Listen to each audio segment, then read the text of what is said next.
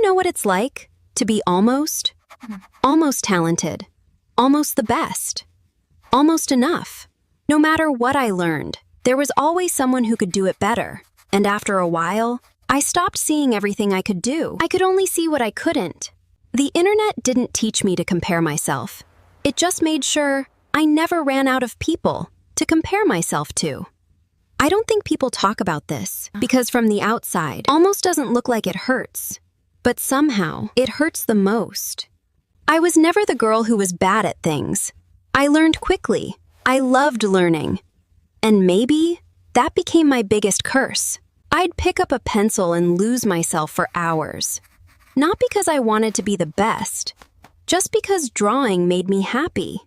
Then it was crochet, then sewing, then little clay sculptures. Every new hobby felt like discovering another little piece of the world. Then came dancing, singing, books, speaking, and eventually, this YouTube channel. Looking back, I don't think I was chasing hobbies. I think I was chasing that feeling of falling in love with something new. And every single time, I'd make the same mistake. I'd open the internet. That's when everything quietly changed. The joy of creating became the habit of comparing. And I didn't even notice when it happened.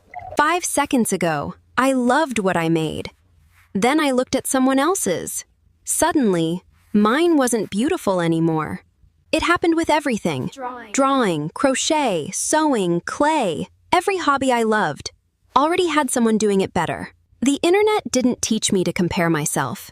It just made sure I never ran out of people to compare myself to.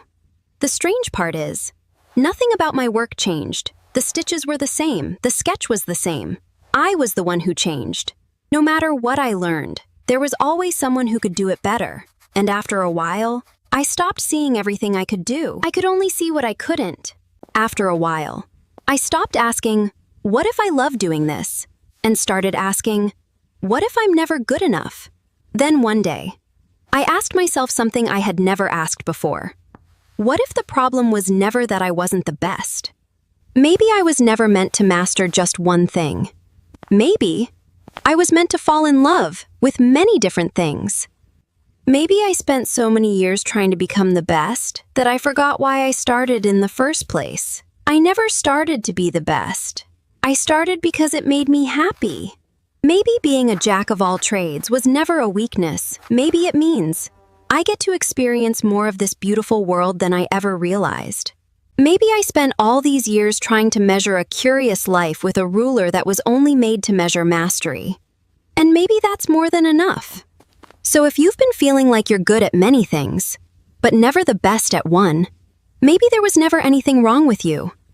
So maybe you don't have to be the best at one thing. Maybe your greatest gift is that you never stopped being curious. Thank you for staying with me until the end. If this video helped you look at yourself a little differently, maybe you'll subscribe and stay for the next conversation. I'll be waiting.